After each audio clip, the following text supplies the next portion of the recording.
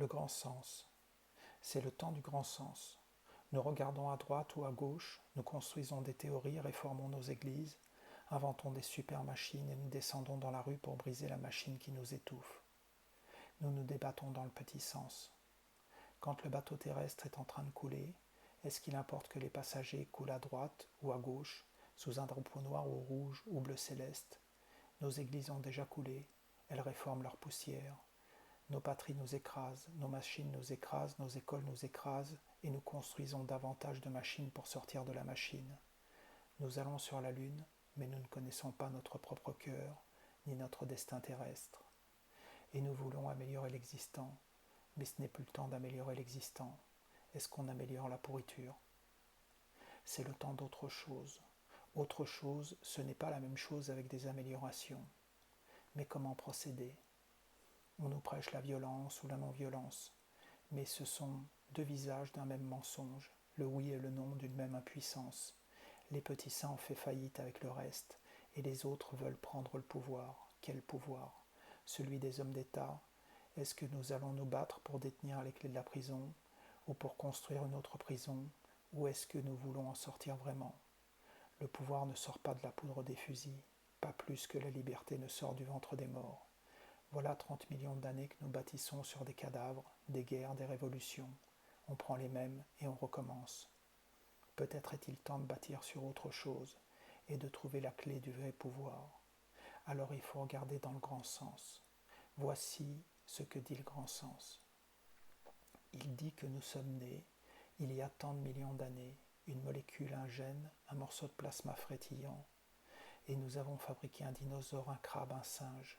Et si notre œil s'était arrêté en cours de route, nous aurions pu dire avec raison que le babouin était le sommet de la création et qu'il n'y avait rien de mieux à faire, ou peut-être améliorer nos capacités de singe et à faire un Royaume-Uni des singes. Et peut-être commettons-nous la même erreur aujourd'hui dans notre forêt de béton. Nous avons inventé des moyens énormes au service de consciences microscopiques, des artifices splendides au service de la médiocrité, et davantage d'artifices pour guérir de l'artifice. Mais l'homme est-il vraiment le but de tous ces millions d'années d'efforts, le baccalauréat pour tous et la machine à laver? Le grand sens. Le vrai sens nous dit que l'homme n'est pas la fin. Ce n'est pas le triomphe de l'homme que nous voulons, pas l'amélioration du gnome intelligent, c'est un autre homme sur la terre, une autre race parmi nous. Sri Aurobindo l'a dit, l'homme est un être de transition. Nous sommes en plein dans cette transition. Elle craque de tous les côtés, au Biafra, en Israël, en Chine, sur le boulmiche. L'homme est mal dans sa peau. Et le grand sens. Le vrai sens nous dit que la seule chose à faire est de nous mettre au travail pour trouver le secret de la transition, le grand passage vers l'être nouveau, comme un jour nous avons trouvé le passage du singe à l'homme, et de collaborer à notre propre évolution, au lieu de tourner en rond, et de prendre les faux pouvoirs pour régner sur une fausse vie. Mais où est le levier de la transmutation? Il est dedans.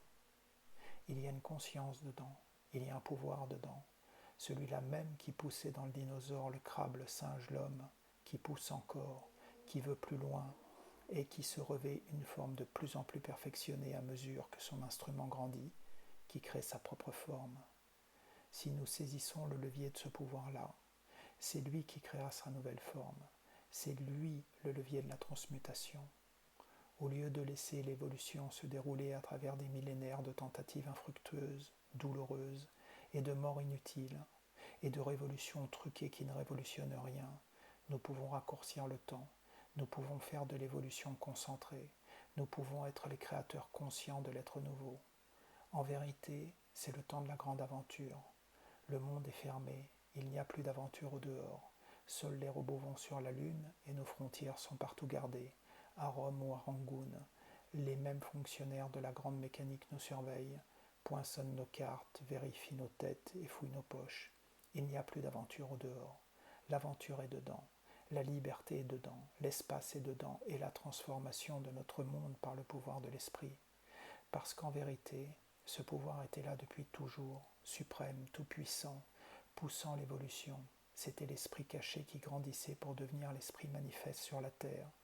Et si nous avons confiance, et si nous voulons ce suprême pouvoir, Et si nous avons le courage de descendre dans nos cœurs, tout est possible, parce que Dieu est en nous. Saprem, Pondichéry, 27 mai 1969.